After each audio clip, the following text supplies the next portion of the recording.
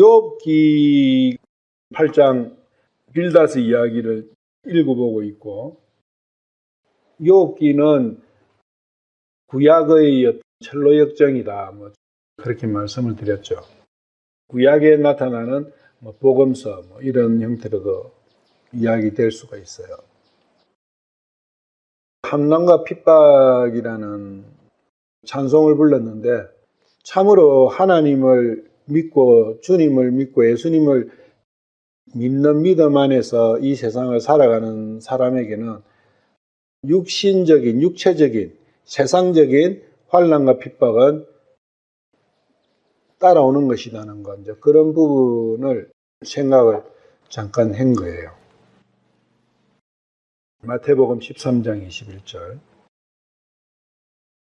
속에 뿌리가 없어 잠시만 견디는 자니 말씀으로 인하여 환난이나 핍박이 일어나는 때에 그가 곧 실족하네.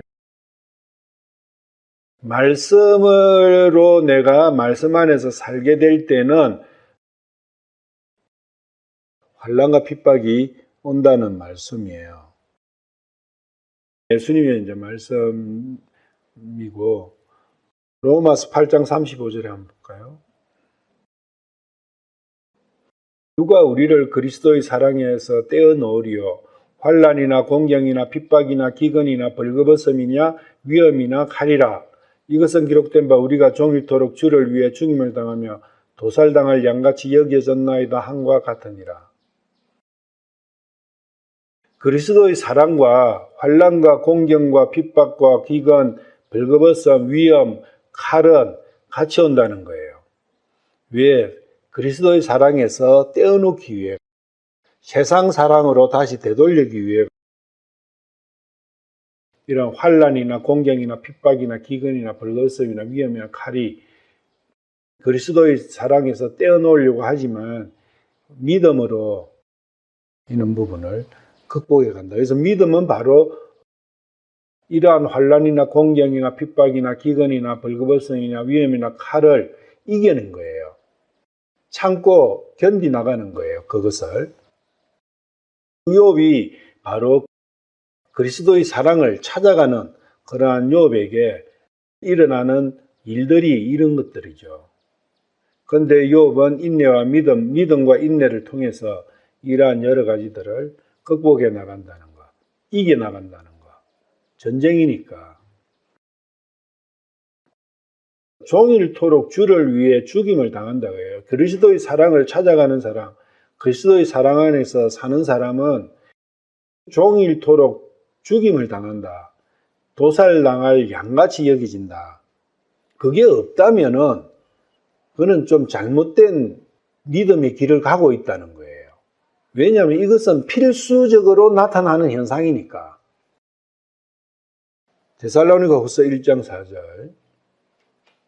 그러므로 너희가 당하는 너희의 모든 핍박과 환난 속에서 드러난 너희의 인내와 믿음으로 인해 우리는 하나님의 교회들에서 직접 너희를 자랑하노라. 그것은 하나님의 어려운 심판의 명백한 정표인데 이것은 너희가 하나님의 왕국에 합당한 자로 여기지게 하려 함이라. 그 왕국을 위하여 너희도 고난을 당하느니라. 환난과 핍박이라는 이 주제가 믿음과 인내와 연결되는 것이고 그것은 정표이다는 거예요. 환난과 핍박은 정표다. 무슨 정표냐? 하나님의 왕국에 합당한 자냐 아니한 자냐 그것을 분별하는 것이고 이것이 있을 때 분명히 하나님의 왕국에 합당한 자의 정표다 그 이야기예요. 환난과 핍박은. 환난과 핍박이 없고 육신적으로 세상적으로 행복하고 항상 기쁨이 넘치는 생활이다 하면은 어떻게 되는 거예요? 이 정표가 없는 거예요. 히브리서 10장 34절.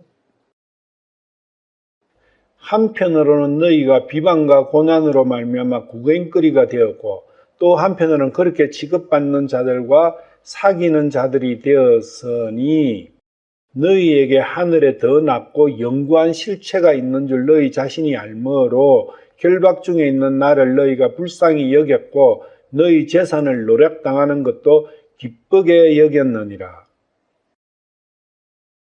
재산도 노략당하고 고난을 당하고 비방을 받고 구경거리가 되고 싸움이 있다고요. 항상 고난의 큰 싸움, 고난의 큰 싸움이 있다는 거예요.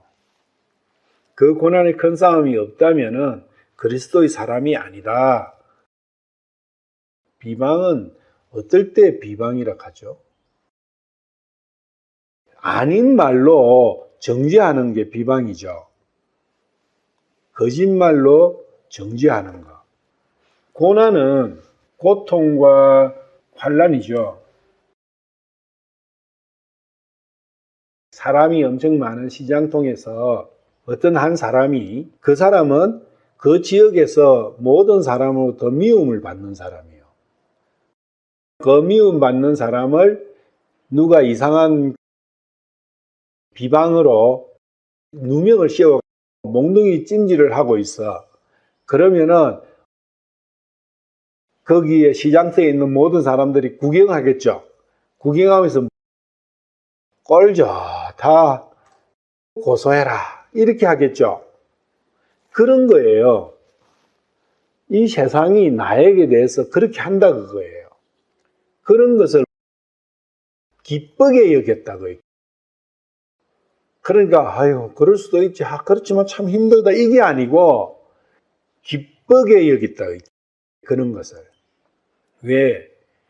큰 보상의 보응을 얻을 수 있는 길이니까, 소망이니까, 소망을 보면서 기쁘게 여기는 거예요. 소망 없이 기쁘게 여기면 미친놈이죠. 옛날 우리 어머니들 보세요. 엄청 못 살았잖아요. 다들 한국이 우리 어릴 때는 60년 전에 50년 전에 이럴 때는 그때 어머니들이 자기는 먹지 않고 입지 않고 자식들을 위해서 모든 걸 바치잖아요. 그거는 왜 그렇나요? 자식이 커서 잘 되는 그걸 소망하잖아요. 그걸 벌써 어머니의 생각에는 그게 현실이 되어 있는 거예요. 자식의 미래가 현실로 되어 있다 보니까 다른 현실은 비현실인 거예요. 그러니까 그 고통과 수모와 힘듦과 모든 것은 그것은 비현실적인 거예요. 그거는 없는 거예요. 그러니까 그것을 이겨나갈 수 있는 거예요. 어머니의 생각 속의 현실은 아들이 훌륭히 되어 있는 그게 현실인 거예요. 자식이 훌륭히 되는 그게 현실이니까 그게 현실이 되다 보니까 다른 고통스러운 현실은 자각이 안 돼. 좀 인식이 될란가 모르겠지만 하여튼 그런 거예요. 그게 이 말씀인 거예요. 그러니까 하나님과 같이 살았던 그 소망이 내가 현실이 되어 있으면 이 현실에 어떤 일어나는 모든 일들은 그냥 꿈처럼 흘려보낼 수 있는 거예요.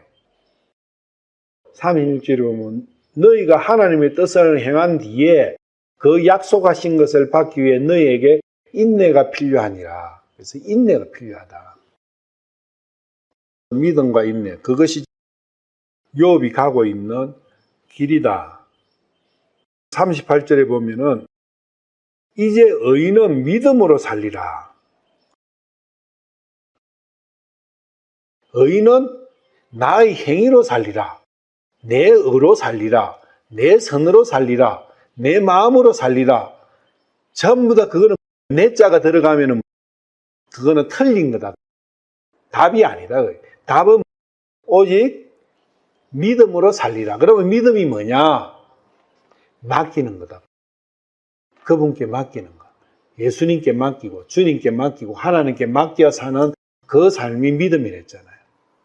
그래서 내 맡겨버리면 나는 없어지는 거예요. 내가 맡겨버리면 그분의 품에 들어가면 그분만 나타나는 거예요. 내가 한 게 없죠. 내가 하는 것도 없어요. 그게 믿음이다. 우리는 믿음이라 하니까 하나님께서 이거 해라 저거 해라 하는 그걸 하는 것을 잘 하는 걸 믿음이라 생각하잖아요. 거꾸로 가는 거죠. 그건 믿음 아니다. 하나님께서 이거 해라 저거 해라 왜 하셨느냐? 믿음을 갖기 위해서 그걸 하신 거예요. 해라고 하신 게 아니라 믿음을 가리라고. 왜 어떻게 나는 못하는구나. 못하니까 하실 수 있는 분에게 맡긴다. 그래서 맡기라고 하라 하시는 것이지 진짜 할 수 있어서 하라 하는 거 아니다 그 이야기예요. 그러나 어떤 사람이 뒤로 물러간다는 게 내가 하는 거예요. 내가 하는 거라고.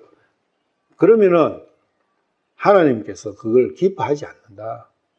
내가 니한테 하라고 한 게 아니고 니는 못하니까 나한테 맡기라고 이거 해봐라 저거 해봐라 하는 건데 너는 그걸 니를 엄청 크게 생각해 니 능력을 높이 사갖고 이거 해라 저거 해라 하는 걸로 생각하는구나.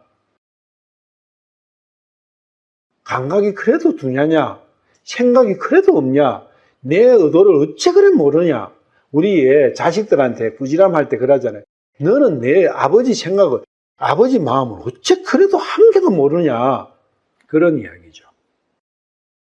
오늘은 그 철로역정 이야기가 있어 철로역정을 좀 읽으면서 한 부분, 다 못 보고는 한 부분만 볼게요. 철로역정 페이지를 다 펴보세요.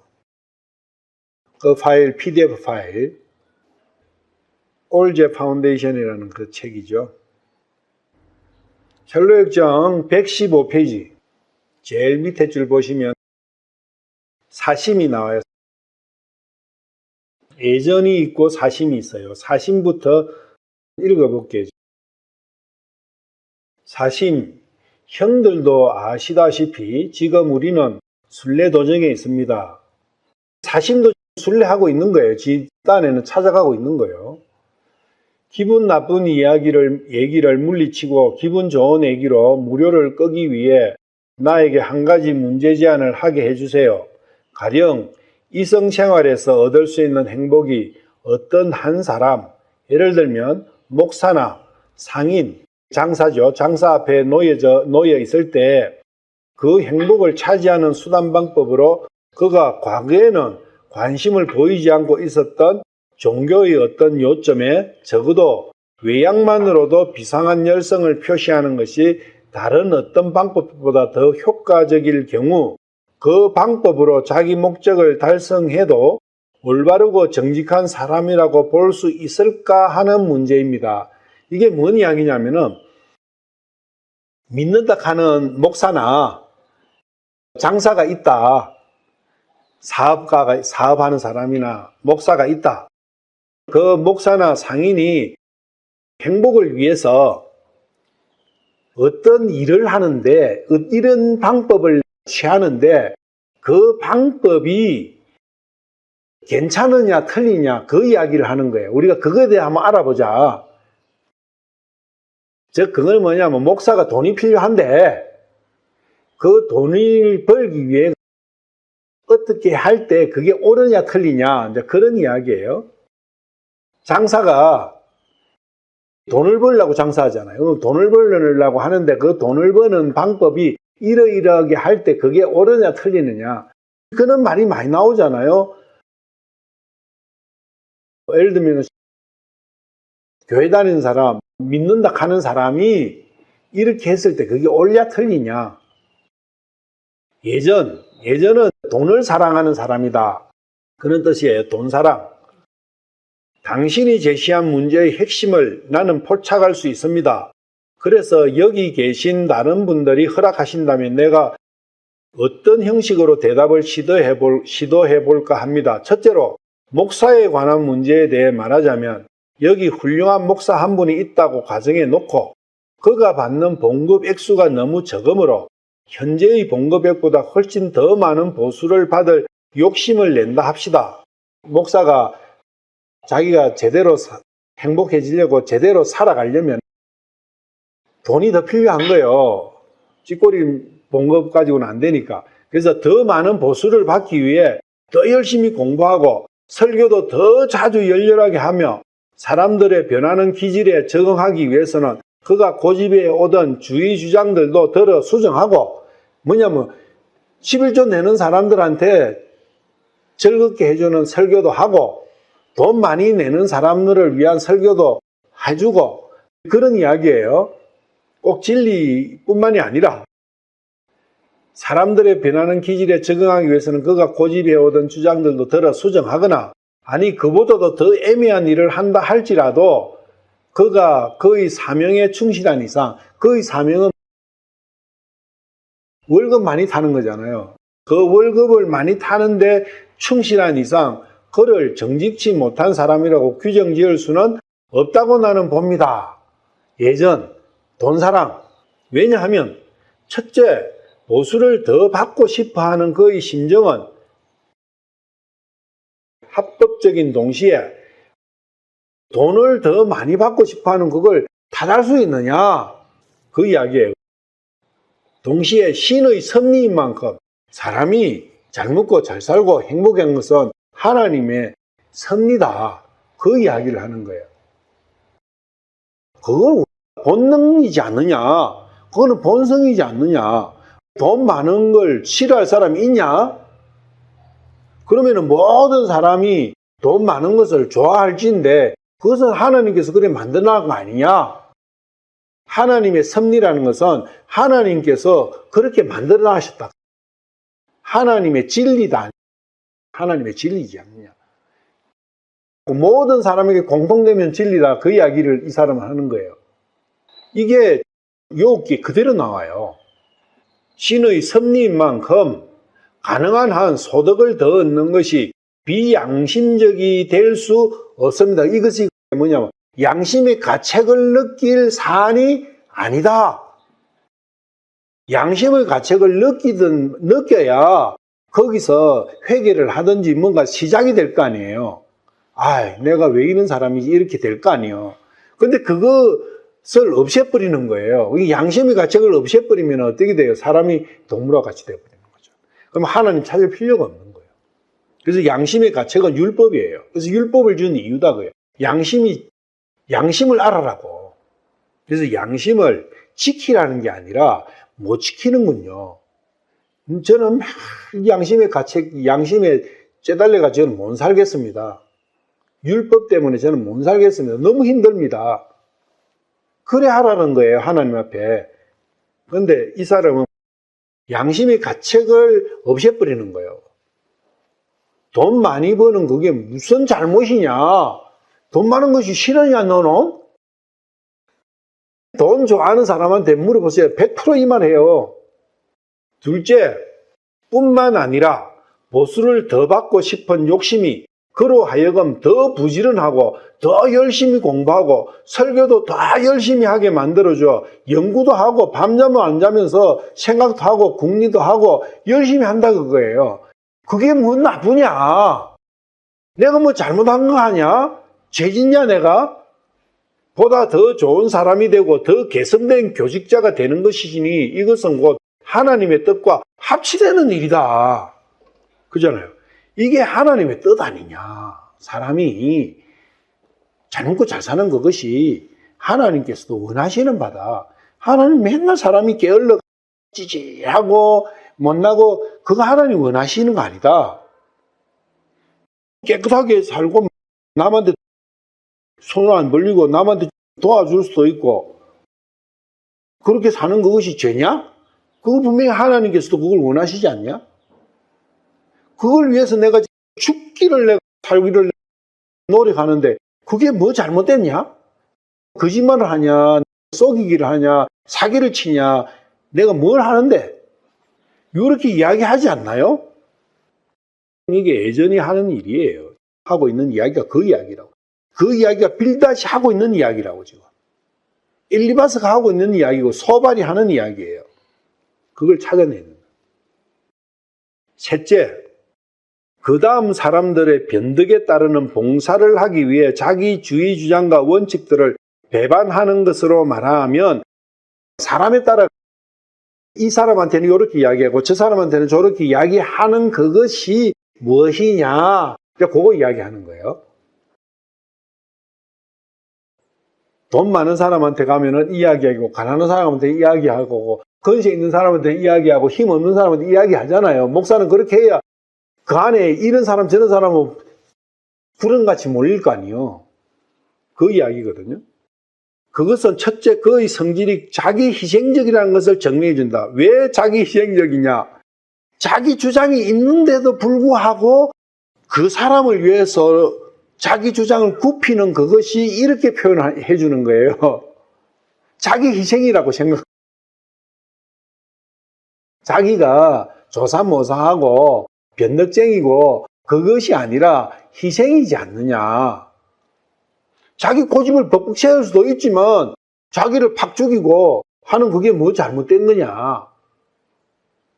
전체 인민을 위해서, 세상을 위해서 내가 내 자신을 죽이고 내가 내를 희생시키가면서 남을 위해서 이 사람한테는 이렇게 격려해주고 저 사람한테는 저렇게 격려해주고 그래 하는 게 뭐 잘못됐냐?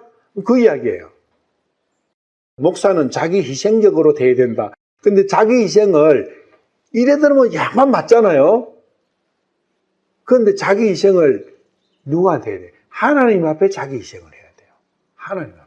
사람 앞에 자기 희생을 하는 것은 자기의 유익을 위함이지 절대로 신앙이 아니고 믿음이 아니다. 그것을 우리 자기 믿음이라고. 둘째로 애교가 있고 사람을 이끄는 힘을 그가 가진 것을 보여주며 그래야 사람들이 좋아하잖아요. 그러니까 사람들에 맞추는 그것이 뭐 죄냐?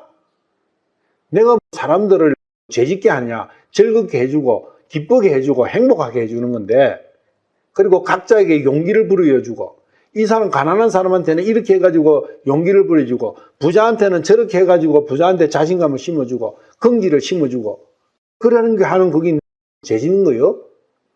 셋째로는 그렇기 때문에 그가 목사의 지책을 받기에 더 적극적인 것을 증명해 주는 것입니다.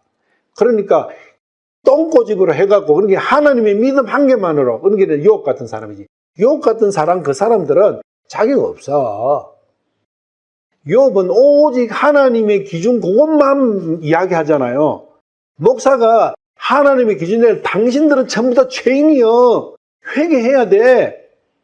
그것은 틀렸다. 그 이야기를 하는 거예요. 더 적격자는 이 사람이다. 그래서 넷째, 그러므로 나는 아래와 같은 결론을 내립니다. 적은 보수를 받으며 일을 보기 시작한 목사가 많은 보수를 받으려고 노력하는 그 자체를 탐욕스러운 행동이라고 판단할 것이 아니라 그로 인해 일을 개선시키고 더 부지런히 일하는 것을 인정하여 직무 수행을 더 잘하는 동시에 선한 일을 할 수 있는 기회를 포착한 것에 도리어 찬사를 올려야 된다는 말입니다. 이게 세상의 모든 교회들이 하는 기준 아니에요? 근데 이 말을 갖다 대면 화를 내요, 또. 이걸 다 맞다 하면서. 둘째로 당신이 언급한 바 상인에 대한 문제. 자, 장사치, 사업가에 대한 문제. 본디 가난하던 한 상인이 종교를 믿음으로 사업을 할 수 있게 되고 돈 많은 여자와 결혼할 수 있게 된다든지 혹은 더 많은 고객들을 자기 상점으로 유인할 수 있게 되는 것을 합법적인 행위가 아니라고 규정 지을 수 없습니다. 정당하다 그 이야기예요. 그게 내가 뭐 죄 짓는 거냐? 그 사람도 좋고 나도 좋고 너 좋고 매부 좋고 전 세상이 다 좋게 하려고 하는 거지 뭐냐 내가 뭐 그 사람한테 사기치냐? 그 사람은 내한테 와가 좋은 서비스 받고 좋은 내 상품을 샀으니까 그 사람도 좋고 나는 팔아서 좋고 그거 좋은 거 아니냐? 다른 데 가서 사기치 당하는 것보다는 같은 교회 다니는 사람, 믿을 만한 사람 상점 와서 하는 거. 그래서 내가 교회 가서 많은 사람 사기가 내 가게 광고해 데려오는 그게 뭐 나쁜데 그게 뭐 죄냐? 여러분들 이렇지 않아요?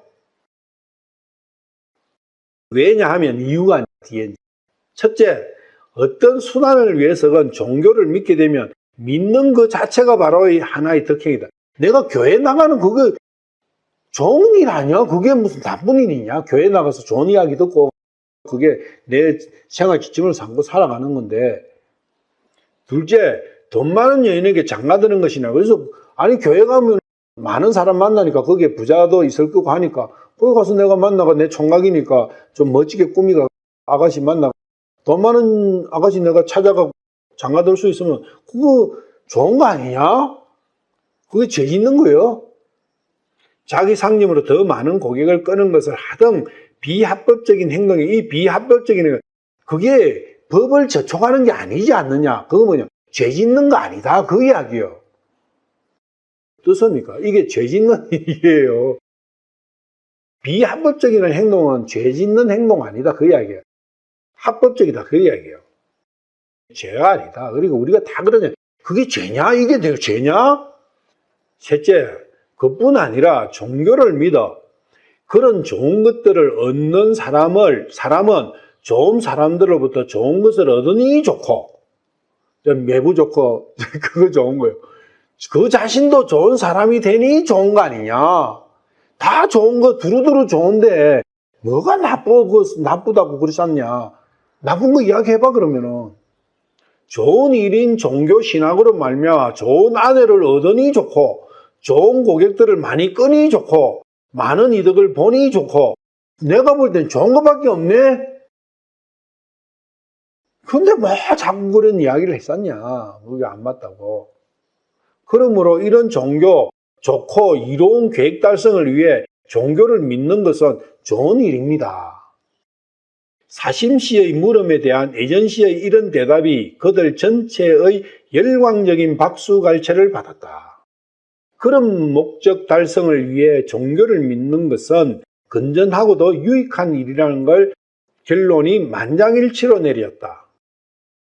이 주장을 반박할 수 있는 사람이란 세상 천지에 있을 수 없다고 생각한 그들은 소리 질러 부르면 넉넉히 들을 수 있는 간격을 두고 앞서 걸어가고 있는 크리스찬과 희망을 따라잡아 공박하기로 작정했다. 이 두 명은 틀렸다 하는 거예요. 이게 죄다 그 이야기를 하는 거예요.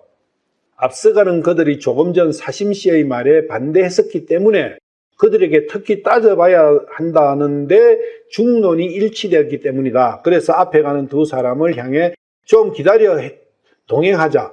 그들은 소리 질렀다. 두 사람은 걸음을 멈추고 서서 그들이 따라오기를 기다렸다. 그러나 빨리 걸어오는 그들은 사심시를 시켜 두 사람과의 논쟁을 다시 벌이도록 하지 말고 물욕시가 나서서 따지기로 작정했다.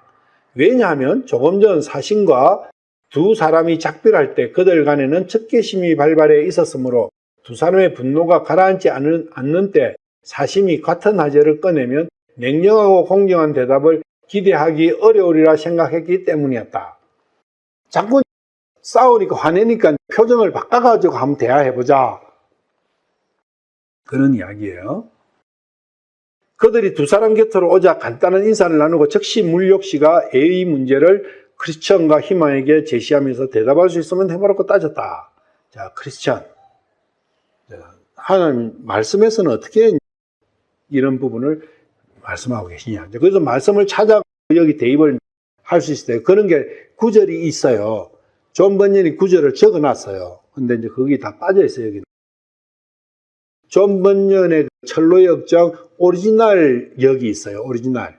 거기에는 성경 구절들이 다 적혀져 있어. 종교 생활을 하는 인간이면 삼척동자라도 그런 문제는 만개라도 대답할 수 있을 거예요. 단지 삼척동자 제대로 믿음 생활을 하고 제대로 신앙 생활을 한다면 삼척동자도 거기에 대한 이야기도 할 수 있다. 엄청 쉬운 이야기다. 그 이야기예요. 어려운 게 아니고. 단지 밥을 얻어먹기 위해 그리스도를 따르는 것조차 불법이라 하였거늘 밥 얻어먹기, 요게 이제 요한복음 6장 26절에서 27절 요거는 적어놨네요. 워낙 중요하다 보니까. 그래서 다 밥을 얻기 위해 내 배를 위해서 아마 요한복음은 배를 위한다 뭐 이렇게 나와 있어요. 배를 위해서 그리스도를 따르는 거. 6장은 빵이잖아요. 빵 만드는 거. 오병이요.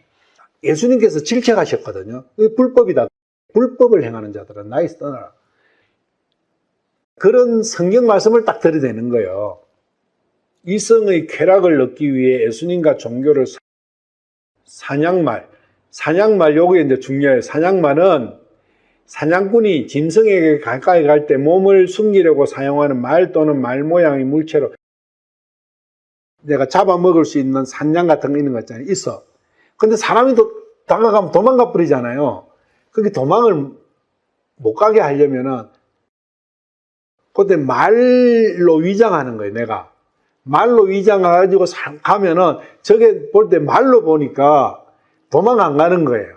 그래가 옆에 가서 탁 잡아버리는 그게 이제 이거예요. 사냥말이라고 하는 거예요. 사냥말. 사냥말로 사용하는 것은 그러니까 뭐냐면 위선을 한다 그 이야기예요. 위선을. 위장을 하고. 위장하는 그걸로 사용하는 것은 얼마나 더 밉살스러운 일이겠어. 그러니까 배를 위해서 그리스도를 따라다니는 그것조차도 불법인데 위선을 하는 그것이야말로 얼마나 더 가정스럽겠느냐 하나님 앞에. 그런 이야기예요. 그런 주견을 가진 자들은 모두가 다 이단자고 위선자고 악마요 요부다. 성경에서 이렇게 표현을 해놓은 거예요.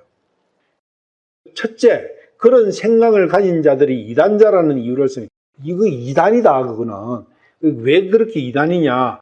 옛날 하몰과 세겜이 야곱의 딸과 가축에 탐을 냈다. 그 야곱의 딸을 세겜의 아들이 했잖아요. 강간을 해요. 그 나오는 거예요. 결혼을 하면은 야곱의 재산을 상속받을 수 있으니까 그런 부분이죠. 그들에게 접근하는 단 하나의 방법으로 자기네들도 유대인처럼 그래 할례 받아라 이렇게 하니까 할례를 받았잖아요. 할례 받으라 했는데 할례를 받았는데 다 죽여버렸죠. 왜 그러냐면 그 할례가 진짜 유대인이 되고 싶어서 할례를 받은 게 아니라 재산이 탐나고 그 딸이 탐나고 할례를 받은 거잖아요. 그러니까 이거는 목적이 다른 거기 때문에 그거는 심판을 받은 것이다. 존 번연이 얼마나 성경에 대한 깊이와 이런 게 있다는 걸 우리가 알 수가 있잖아요.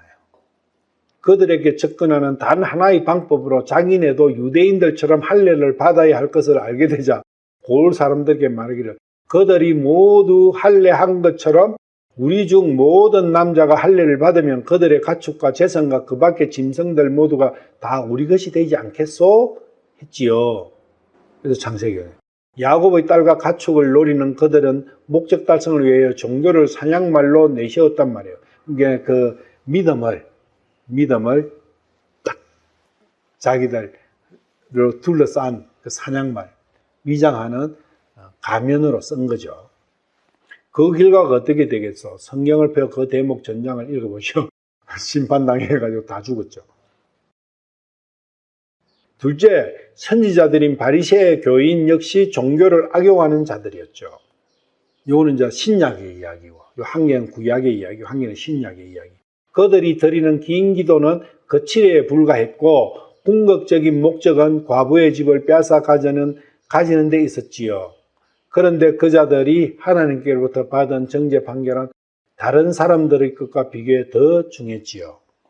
위선자들, 바리새인과 서기관과 이러한 종교 지도자들에게 하나님께서 말씀하신 것은 훨씬 더 가혹했다는 거죠. 셋째, 악마 유다 또한 이런 유의 종교 악용자였지요. 그자가 이제 믿음을 악용한 거죠. 그자가 종교를 믿은 동기는 돈이 들어있는 돈주머니 소유욕이기 때문에 결국엔 자아를 상실하고 버림받고 영원한 지옥에 떨어졌지요.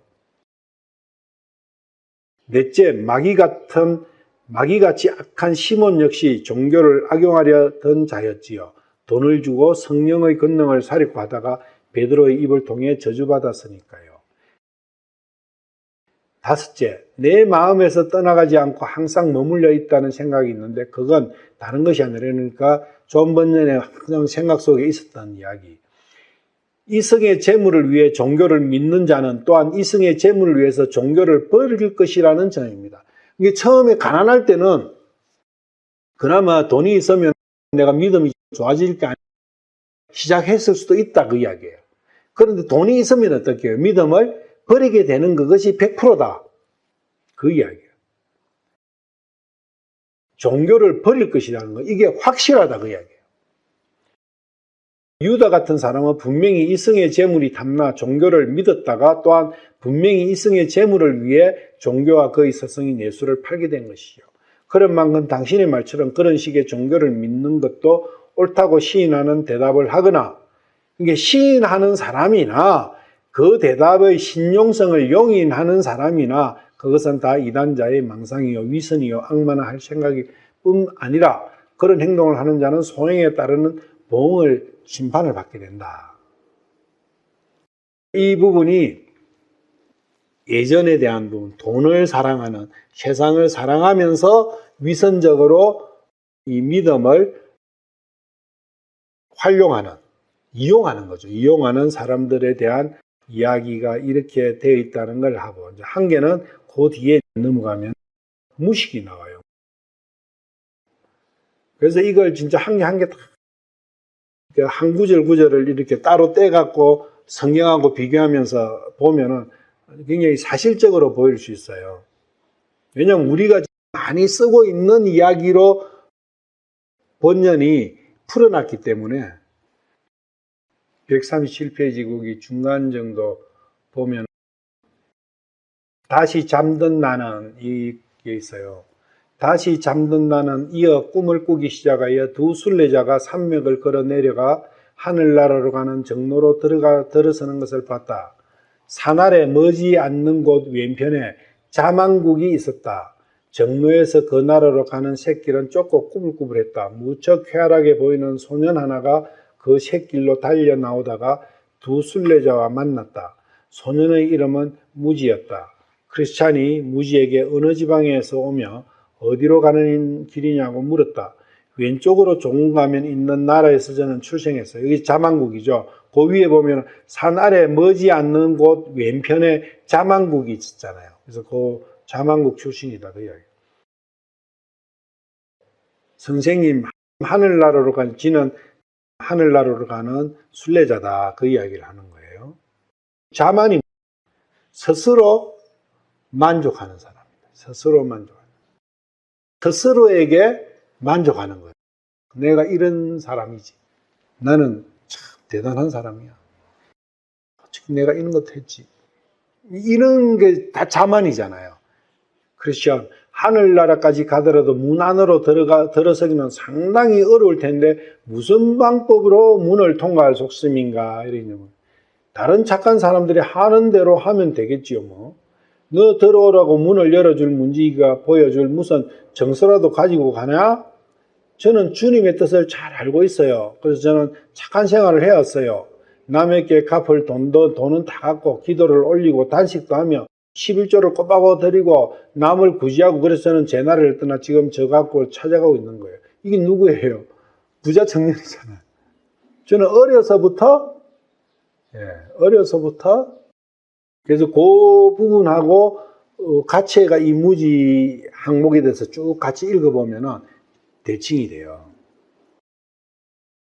크리스천, 허나 자네는 이 정로 머리에, 정로라는 것은 꼭 똑바른 길, 바른 길, 그러니까 하늘 천성으로 가는 똑바른 길이에요. 근데 꼬불꼬불한 새길은 다른 길이다. 그 이야기예요. 그건 사망의 길이고. 이 정로 머리에 있는 작은 문으로 들어오지 않고 저 꼬부라진 소로로 여기까지 왔기 때문에 너는 이래 왔다 그 이야기죠. 너는 문을 통과 안 해서 그리고 너는 꼬불꼬불한 길을 왔어. 자네는 자네 멋대로 어떻게 생각하는지 모르지만 선악의 심판을 받는 날이 올 때 하나님 하늘나라 입국 허락을 받는 대신 도둑놈이요 강도라는 고발을 받으라고 내게는 생각되네요. 이 도둑이요 강도 담을 넘은 것과 같죠. 그죠? 두 분 선생님은 저와는 전적으로 다른 분들이고 저는 선생님이 누구신지 모르고 있어요. 두 분께서는 선생님 나라 종교를 따르는데 만족하시는 것 같이 저는 제 나라 종교를 따르겠어요. 당신이 믿음 있고 내 믿음 있지 않느냐. 어떻게 당신이 믿음 가지고 내 믿음을 판단하느냐. 너는 이대로 믿어. 나는 내대로 믿을 테니까. 많잖아요. 그리하여 다 잘 되기를 바라겠어요. 니는 니 믿는 대로 해가지고 니 천국 가기를 내 바래. 니 잘못되도록 내가 저주는 안 할게. 그렇지만 내가 하는 길에 네가 뭐 이렇쿵 저렇쿵 하지 마. 네 잘못만큼 나도 잘났어. 그래야 다 잘 되기를 빌겠어요. 빌어주겠다. 그리고 선생님이 말씀하시는 그 작은 문에 대해서 말씀드리자면 이거는 이제 회개의 문이죠. 그죠? 첫 회개의 문. 그 문이 우리나라에서는 너무나 먼 곳에 있다는 것이 세상이 다 하는 일입니다. 그뿐 아니라 우리나라 사람 중에는 그 문으로 가는 길을 아는 사람이 하나도 없어요. 회개 같은 거 그거 뭔 중요하냐. 저기 지옥 피하는 그게 중요하지. 그래다 가지고 언제 갈 건데. 다 알아가지고 가려면 갈 사람 한 명이라도 있겠어? 어째 그래 복잡하냐? 구원이 그래 복잡하겠어? 간단하지? 그 이야기예요, 이게. 우리나라 사람 중에는 그 문으로 가는 길을 아는 사람조차도 한 명도 없다. 그 문이 어디 있는지 한 개도 모른다, 그게. 알 필요도 없고. 그러나 길을 알건 모르건 우리에겐 상관없어요. 성사님도 보다시피 우리나라에서 이 정도로 오는 길은 푸른 풀로 깔린 유쾌한 길인데다 또 지름길이니까요. 얼마나 이게 탄탄대로고, 그런데 그 힘든 회개해가지고 그 고통, 그 치욕, 그 부끄러움, 내를 내려놔야 될 그러한 고통, 내 자아를 부셔야 되는 그러한, 갈아야 되는 그러한 고통, 그게 뭐 필요하냐? 지금 우리가 가는 길은 그거 없이 얼마나 좋냐? 나중에 한 개만 깨달으면 되는데, 이 소전이 자기의 자만심에 도취되어 있는 것을 간파한 크리스천은 희망에 속삭였다. 스스로 지혜롭게 여기는 자보다 미련한 자에게 오기려 바랄 것이죠. 여기 스스로 지혜롭게 여기는 이게 자만이다. 내가 얼마나 많이 알고, 내가 얼마나 잘 살았고, 내가 얼마나 잘하냐 하고 말했다.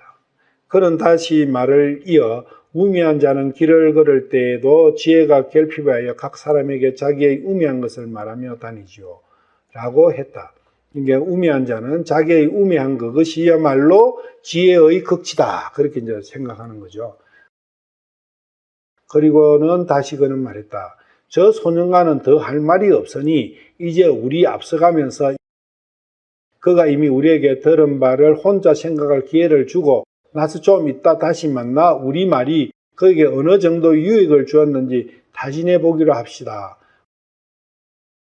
조금 시간을 두자. 후에 다시 한번 대화하자. 시간 준 후에 대화가 그 뒤에 나와요. 여기는 그 중간은 희망의 간정이 나와요. 희망의 간정. 그래서 크리스찬이 희망 당신은 무슨 생각으로 여기에 오게 됐느냐 굉장히 중요한 거예요. 152페이지 한번 봐봐요. 노래를 부르고 난 크리스찬은 얘기를 시작했다. 한 가지 질문부터 하렵니다. 지금 아우님이 여행을 하고 있는데 이런 여행을 떠날 생각이 처음에 어떻게 났어? 그러니까 순례 여행을 어떻게 하게 됐느냐? 간정을 물어보죠. 희망, 내 영혼의 행복을 추구할 생각이 처음에 어떻게 생겼는가를 묻는 말씀입니까? 이렇게 예, 그걸 묻는 건 맞습니다. 이게 뭐냐? 내 영혼의 행복을 추구할 생각, 영혼의 행복을 추구할 생각. 이것이 순례 여행의 첫 출발의 이유다. 그렇다는 것은 내 영혼의 불행의 상태에 있다는 걸 알 때 가능하잖아요.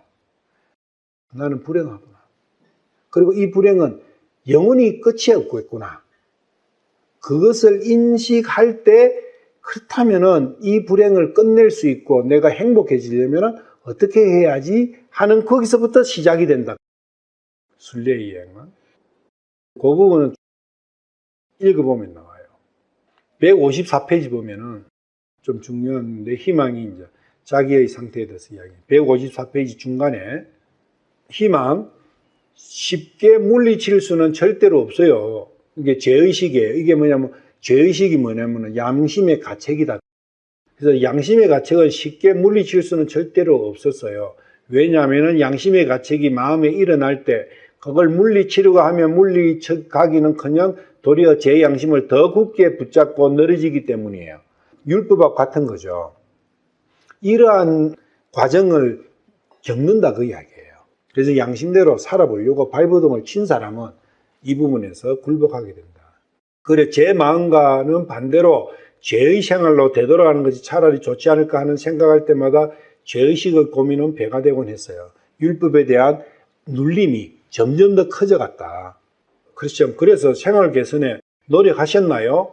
그래서 개선이 좀 더 해봤습니까? 그리고 개선이 좀 된 게 있어요. 이렇게 이제 물어보는 거예요. 그러니까 희망. 예, 저 자신의 죄로부터 도망치려 했을 뿐 아니라 죄 많은 친구들로부터 피해 나와 그래서 죄로부터 도망치려고 하는 거예요.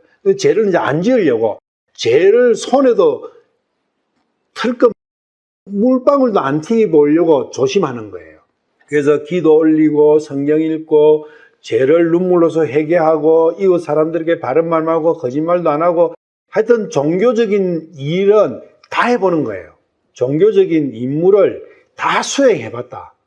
이런 일 외에도 여러 가지 일을 했는데 그 이야기를 다 하자면 한이 없다. 그러니까 이 희망이 선하게 살아보려고 한 것은 말로 다 표현을 안 된다.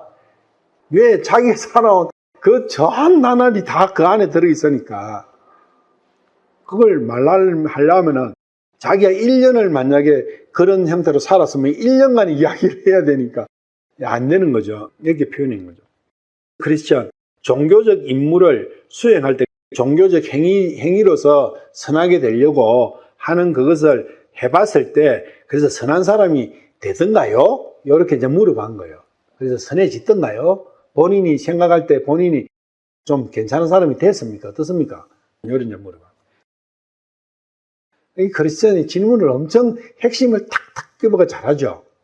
희망, 당분간은 그렇게 생각됐지만 얼마 못 가 또 양심의 재책이 고통이 다시 엄습해 와서 그동안 이룩한 모든 개선된 생활 위에 군림하고 하는 또 물거품이 되고 또 해난 건 물거품 되고 또 해난 건 물거품 되고 그래 되더라. 그러니까 이 희망이 맞는 이야기를 하잖아요. 올바르게 성경을 본 거예요, 이 사람은. 그래서 크리스천 개선을 이룩한 후에도 그런 일이 생기는 것은 이상한데요? 어떻게 된 셈이죠? 유도를 하는 거죠, 이제. 그 깊숙한 내면에 있는 생각을 끄집어내기 위해 희망 안에 있는 여러 가지 원인이 있었다고 생각돼요. 특히 우리의 모든 언어는 다 어려운 옷 같다. 그 말하는 이가 있는가 하면 성경을 많이 본 거죠. 성경을 보면서 기도를 하면서 성경을 깨달음을 주십사고 이야기한 거죠. 그러니까 이런 말씀이 깨달아지는 거죠. 인간이 제정한 법으로 인간의 죄를 정당하지 못한다. 갈라디아서. 너니 그렇게 다 율법에 대한 한계에 대해서 이야기하고 있잖아요. 너희 또는 너희가 명령받은 것을 다 행한 후에 이르기를 우리는 무익한 종이라 우리가 해야 할 일을 한 것뿐입니다. 너니 등등 자기의 무력함, 율법 앞에서의 인간의 무력함에 대해서 하나님께서 말씀하신 부분의 말씀을 쭉 계속 알아간 거예요. 깨달아간 거예요. 그 밖에도 이와 비슷한 여러 말을 들을 때 그 말이 나에게 죄의식을 소생시키곤 한 것입니다. 올바른 길로 이제 인도해 갔죠, 말씀이. 말씀에 따라서 회개를 하고 가는 거죠, 지금. 자기 자신의 한계성을 인식하고 가니까. 그게 세상의 일에 대해서 인식하는 게 아니라, 내가 돈을 10억을 벌려고 했는데 1,000만 원도 못 벌고 대리에 1,000만 원 손실이 났네 하면서 그렇게 간 게 아니고 세상을 보고 가는 게 아니고 말씀을 보면서 그때부터 나는 나 자신과 더불어 이론을 따지기 시작했어요. 만일 나의 모든 의가 더러운 누더기 옷 같고 인간이 제정한 법으로 인간의 행위를 정당할 수 없고 명령받은 것을 모두 다 행한 후에도 우리에게 이로울 것이 아무것도 없다면 내가 죽도록 고생하면서 율법 생활을 한들 선하게 한다고 해서 했는데 말씀해 보니까 그것이 니한테 아무 유익을 못 준다고 딱 말씀을 해놓은 거예요. 대래 심판이 기다리고 있다고 이야기를 하는 거예요.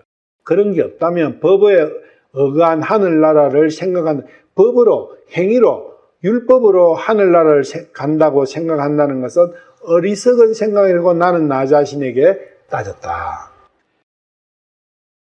그 다음에 155페이지 그 밑에 희망 제일 밑에서 그 위에 희망 내가 늦게나마 생활을 개선한 후에도 그냥 나를 괴롭히는 것이 또 하나 있었어요.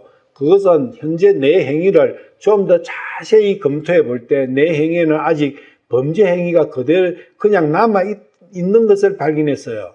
다름 아니라 지금 내가 최선을 다하고 있지만 새로운 죄악이 섞여 돌아가고 있는 것이 사실이었어요. 율법의 행위를 해가지고 내가 한 개 잘못, 이거는 개선해야지. 개선을 했는데 또 가니까 개선할 게 두 개가 더 생겨버리고 더 굴러가는 게 커져버리더라. 끝이 없는 거예요. 그러니까 한 개를 없애는데 두 개 생겨, 두 개를 없애는데 네 개가 생기고 거기에 자기가 나중에 포기하게 되는 그 과정에 가는 그러한 것을 이렇게 표현한 거예요. 그렇기 때문에 서로 종전에 내가 내 임무를 잘 완수했다고 내가 다음부터는 이거 절대 안 해야지 해가지고 그걸 안 했는데 나중에 보니까 그거보다 더한 것 두 개를 또 하고 있더라. 지나친 자랑을 일삼아왔다도 그래서 그걸 가지고 내가 많이 뽐을 냈는데 뽐도 내고 자랑도 하긴 또 설사 종전에는 내 생활이 흠잡을 듯이 깨끗했었다 할지라도 죄를 너무 많이 범했기 때문에 지역행을 모면할 수 없다고 생각이 됐어요. 근데 점점 더 커지는 거야 이게. 지우면 지울수록 점점 더 커지니까. 그래서 결국에는 내가 행위로서는 내 스스로의 노력으로는 불가하는구나. 그걸 알게 됐다. 그래서 어떻게 하셨어? 그랬는데 그 다음에 신이라는 분의 간증을 듣고 그렇구나. 믿음이구나. 믿음으로 어렵게 되는구나. 신이라는 사람이 이름이 뭐냐? 믿음 신자에 어려울 어쩌잖아요. 그래서 믿음으로 어렵게 된다. 믿음으로 어렵게 된다는 그걸 깨달았다. 그 이야기예요. 그래서 이제 그런 형태로 이야기 이제 쭉 하는 걸. 157페이지 보시면 신이가 기도를 한 게 가르쳐 줬어요. 하나님 앞에 나가 내가 뭐라고 말해야 될지 모르겠노라고 했더니 신이는 아래와 같이 말하라고 일러주었어요. 이게 신이가 가르쳐 준 거예요. 이렇게 기도해라.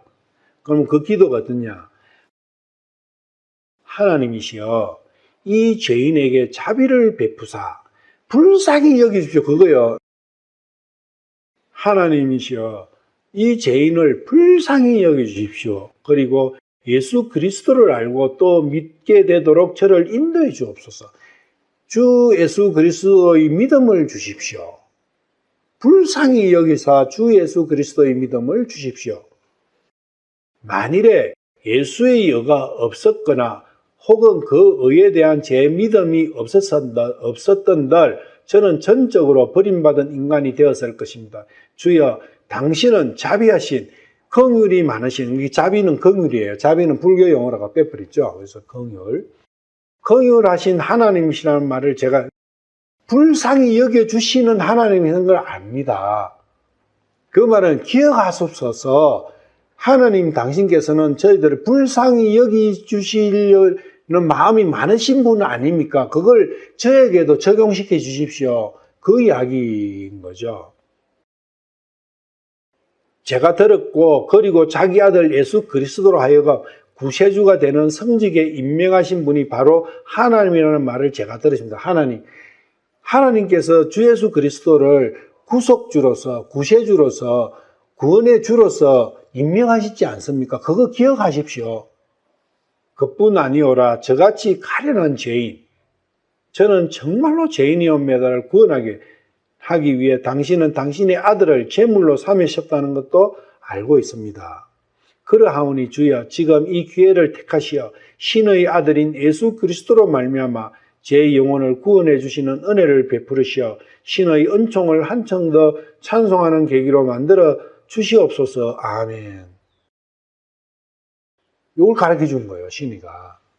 그래서 그 뒤는 또 읽어보면 쉽게 알 수 있어요.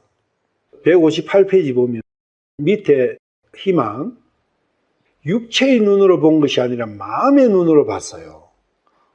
혼적인 눈으로, 혼의 눈으로 봐야 된다는 거예요. 혼도 모든 기관이 다 있다 했잖아요. 우리 몸에 모든 육체가 가진 것 다 가지고 그것이 원본이고 육체의 손, 육체의 눈, 육체의 입, 육체의 코, 육체의 귀는 그것의 그림자라고 이야기했잖아요. 본질은 혼이다 하는 거예요. 본질의 눈으로 봐야 된다. 그 뒤는 읽어보면 다 알아요.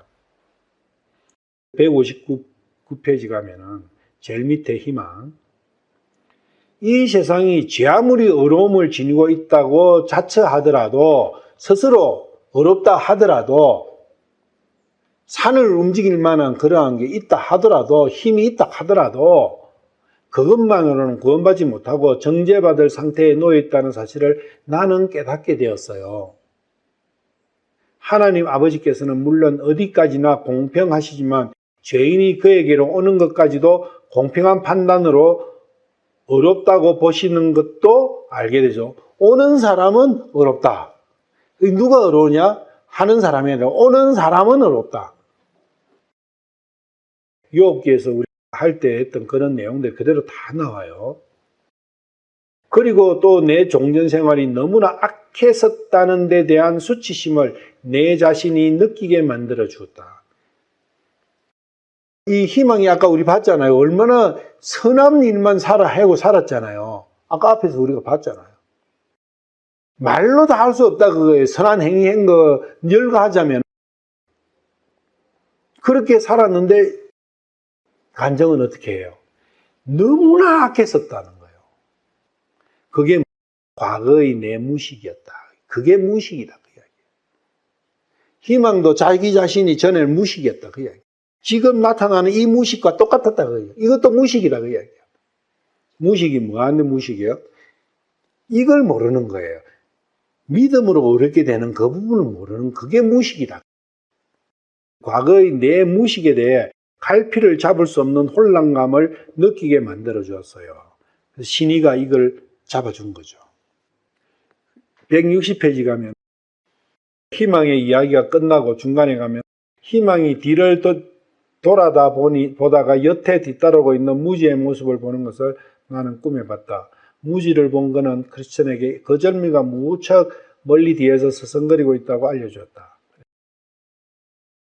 무지를 다시 만났죠. 그래서 160페이지 마지막에 보면은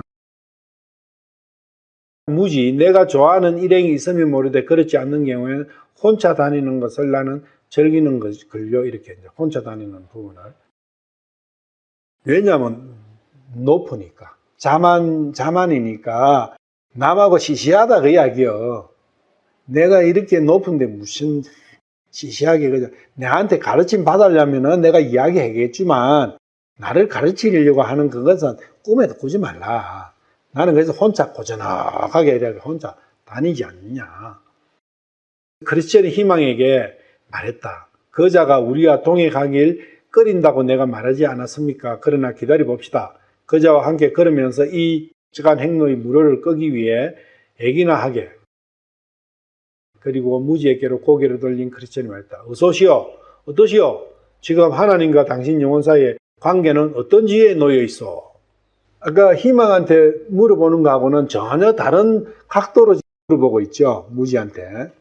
딱 물어보는 게 뭐예요? 하나님과 당신의 영혼 사이는 지금 어떠느냐? 바로 단도직입적으로 결론을 탁 물어봐 버리잖아요.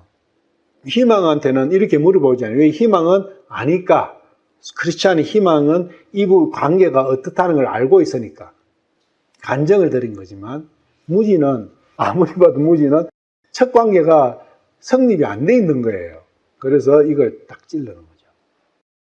무지, 좋은 관계에 놓여 있다고 생각해요. 왜냐하면 제 마음은 언제나 좋은 생각들로 가득 차 있는데 걸어가는 동안에 나를 편안하게 해주려고 좋은 생각들이 마음속으로 들어오니까요. 그러니까 하나님 엄청 선하신 분이고 하나님도 나한테 잘해주는 것 같고 두루두루 만사가 편안하고 하니까 하나님도 나를 좋게 여기시고 나도 하나님 좋게 여기고 그렇게 하고 있다 뭐 이런 이야기죠. 우리가 일반적인 사람들 믿는다고 하는 사람들 대화해 보세요. 대부분 이 범주예요. 믿음이라는 게 뭐고 회개라는 게 뭐고 나의 고통 회개의 과정에서 오는 상한 마음이라는 게 뭔지를 몰라요. 그런 이야기조차를 모르니까 그런 이야기 할 게 없는 거예요. 그래서 크리스천이 좋은 생각들이라니 무엇입니까? 딱 본질을 찌르가 딱 이야기해요. 좋은 생각 그게 뭐요? 무엇이라뇨? 하나님과 천당 생각이죠. 지옥 안 가는 거지요. 딱 그런 생각이에요. 크리스천, 악마들과 저주받은 영혼들도 하나님과 천당 생각은 하지. 지옥 가기 싫어하지. 누구한테 물어봐도 지옥 가기 좋아하는 사람, 하나님 하자도 모르는 사람한테 지옥 이야기해주고 지옥 좋냐 싫냐 하면 싫다하지. 그렇지만 저는 하나님과 천당을 생각만 하는데 그치지 않고 그들을 사모하고 있거든요. 그럼 생각하고 사모는 또 뭐가 틀리냐. 그래서 그렇지만 그거야. 지옥 가기 싫어하는 자들 중에도 하나님과 천당을 생각하고 사모하는 자가 참 많지. 천당 그거 뭐 별로 뭐 가치를 안 두는 사람도 지옥 이야기하면은 지옥 가고 싶은 사람이 한 명이라도 있냐 그 이야기야. 믿는다고는 아무 상관없이 그것은 그냥 일반적으로 좋다 하지 않냐. 지옥 싫지 않냐. 뭐 그 이야기죠. 무지. 그러나 저는 하나님과 천당을 생각하며 그들을 원하기 때문에 모든 걸 다 버렸거든요. 모든 걸 다 버렸거든요. 따교로 이야기가 그렇지. 모든 걸 다 버린다는 것은 참 어려운 일인데 당신이 버렸다는 말은 믿을 수가 없어. 참 그게 쉬운, 그거 진짜 어려운 건데 버렸다는 게 참 내가 믿기지 않는데, 그래서 모든 걸 다 버린다는 일은 생각보다 무척 더 어려운 일이죠. 그러나 왜 혹은 무엇으로 인해 하나님과 천당을 위해 모든 걸 다 버리게 되어서? 그게 이유가 뭐요? 버린 이유가 뭐요? 뭘 버렸어? 이제 이렇게 물어보겠죠. 내 마음의 지시로 버리게 됐다. 이렇게. 내 마음의 지시. 누구의 지시요? 양심의 지시다. 양심이 종이 되어가지고 있으면서도 하나님의 뜻대로 했다고 하는 거예요. 현명한 분 하나가 자기의 마음을 믿는 자는 미련한 자라고 말했죠. 자기 마음대로 하는 사람은 100% 심판이죠. 하나님께서 제일 미워하는 사람이 지 마음에 따라 사는 사람이에요. 자기 마음대로 행하는 자, 자기 마음에 따라 행하는 자, 그거는 뭐 율법에서부터 쭉 해가지고 계속 구약 신약 할 것 없이. 왜? 그 마음 안에 뱀의 독이 들어있고 뱀이 뼈아리를 타고 있으니까 뱀의 생각대로 살은 거다 그 이야기. 무지. 그런 말을 한 것은 악한 마음을 가리켜 말한 것인데 제 마음은 착하기 때문에 경우가 다릅니다. 그거는 선한 마음이 있고 악한 마음이 있는데 내가 선한 마음으로 살았지 않느냐 그 이야기예요. 무식 안 하죠. 무식하다고 했는데 무식은 안 하죠. 진리에 대해서 무식하니까 무식한 거죠. 당신 마음이 착하다는 것은 무엇으로 증명할 수 있어? 천당 갈 희망이 나에게 위안을 주는 걸요.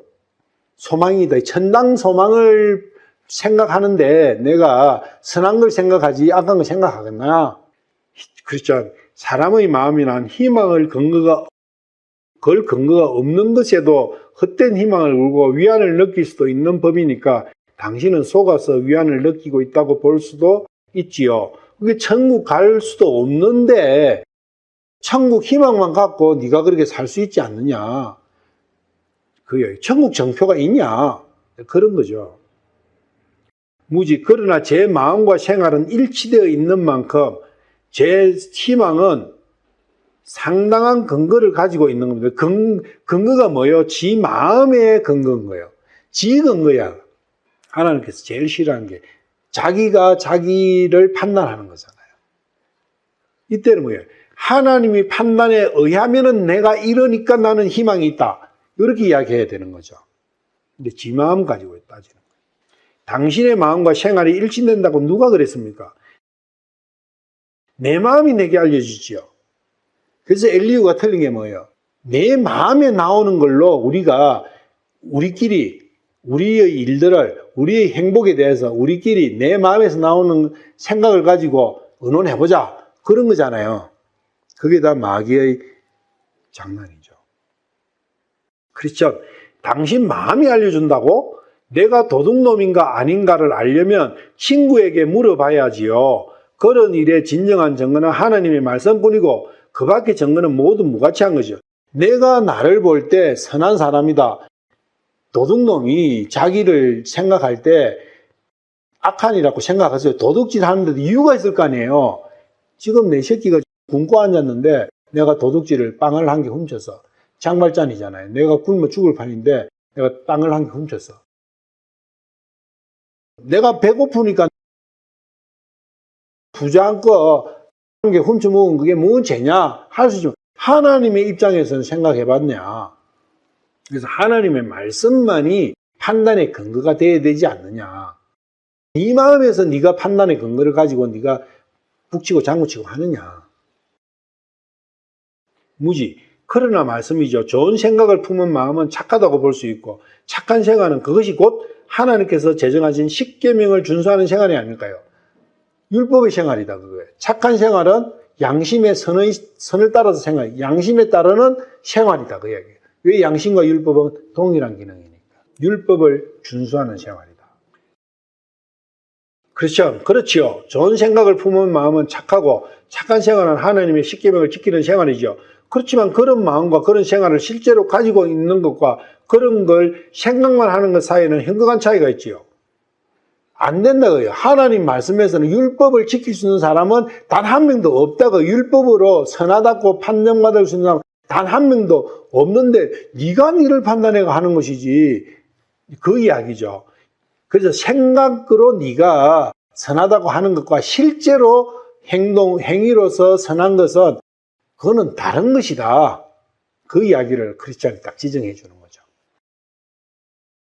아니, 좋은 생각과 하나님의 십계명을 지키는 생활의 기준을 어디다 두고 하는 말씀입니까? 양심을 모르니까요. 좋은 생각에는 성질을 달리하는 여러 종류가 있죠. 우리 자신에 관한 좋은 생각, 하나님에 대한 좋은 생각, 그리스도에 대한, 이게 좋은 생각은 선한 거예요. 선한 생각. 굿이에요. 그리스도에 대한 선한 생각, 기타 여러 가지. 하나님과 그리스도에 대한 선함에 대해서 생각하는 그거야말로 사실은 선한 것이지 내 속에서 일어나는 그 선한 생각은 그거야말로 죄의 온상이다. 그거는 선한 생각은 아니다. 근데 무지는 그걸 모르고 있는 거죠. 그래서 하나님에 대해서 모르고 무지는 자기 자신에 대해서 모르잖아요. 그래서 무지예요. 아는 게 한 개도 없다고 이야기죠. 아는 게 뭐만 있어요? 선과 악을 아는 그것만 지식이 있는 거예요. 그게 선악과의 지식만 가지고 있는 거예요. 계속 선과 악에 대해서 이야기하니 무지가 선악과만 계속 이야기하는 거예요. 선악과만. 하나님께서 선과 악을 아는 데서만 우리와 같이 되었다. 이렇게. 아담의 전 후손이 무지잖아요. 모든 것에서 같이 되어야 되는 거죠. 그러려면 하나님 성령을 받아야 된다. 선악과를 받아서는 선과 악을 아는 데서만 신이 되는 거예요. 성령을 받으면 완전한 신이 되는 거예요. 어느 걸 받아야 되느냐. 그 다음에 무지. 우리 자신에 관한 좋은 생각이라는, 선한 생각이라는 게 무엇입니까? 여러분, 선한 생각이 뭐예요, 그러면?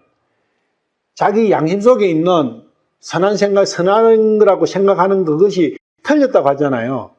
그러니까 크리스천한테 그러면은 진짜 선한 게 뭐냐? 이래 물어보는 거예요. 그럼 크리스천입니다. 하나님의 말씀과 일치되는 생각이다. 맞잖아요, 그죠? 하나님께서 말씀하시는 그것이야말로 선한 것이다. 그래서 그것과 일치되는 생각, 선, 그리고 그것을 행하는, 그거야말로 선을 행하는 것이다. 우리 자신의 생각과 하나님의 말씀이 일치되는 때는 언제입니까? 무지도 똑똑하잖아요, 따지고 보면.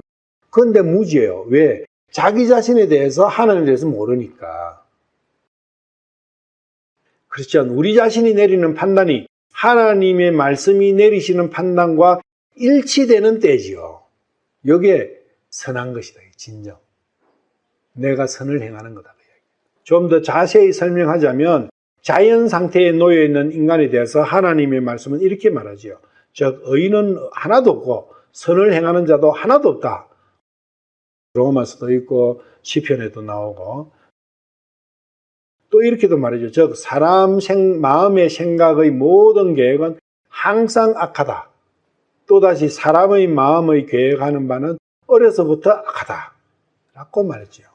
그러니까 위에 열간 하느님의 말씀을 바로 이해하고 하느님의 말씀대로 우리 인간은 어렵지 못하고 선을 행하지 못하고 항상 악하고 어려서부터 악하다고 생각할 때 아, 내가 이런 존재구나 생각할 때 그것이 하느님의 판단과 내 판단이 옳았고 그것이 선한 생각이다. 무지. 내 마음이 그처럼 악하다고 믿을 수는 절대로 없어요. 여기 무식한 거예요. 무지. 하나님께서 그래 해서 그게 자기 자신을 하나님 말씀 때문에 아 내가 그렇군요가 아니라 아 하나님의 말씀이 그렇는데 내가 나를 생각할 때 그런 거예요. 그게 일치되는 거예요. 일치. 근데 하나님은 이랬는데 무지는 아니잖아요. 자기 자신이 인정이 안 되잖아요. 그렇게. 이게 일치가 안 되는 거예요. 이게 믿음이 생길 수가 없는 거죠. 그 다음에 크리스천 말 보면은 그 뒤에 보면 우리의 마음의 행위에 대한 우리 생각이 하나님의 말씀이 내리시는 판단과 합치될 때 비로소 그 합치로 말미암아 우리의 마음과 행위 두 가지가 다 선하게 된다. 그 이야기. 여기 결론이요. 내가 나를 판단할 때 하나님의 판단과 같은 판단이 설 때 그것이 올바른 길로 들어간 거예요. 그것이 선한 것이고 그것이 어려가는 척경인 거예요. 근데 무지는 그걸 몰라. 그래서 그 뒤에 보면 무지가 그게 무슨 뜻인지 좀 더 잘 설명해 주시라고 하는데 또 설명을 해줘요. 또 설명을 해주는데도 결국 무지는 못 깨달아요. 그래서 무지는 나중에 천국 문 앞에서 쭉 미끄러져 버려요. 오늘은 여기까지 할게요.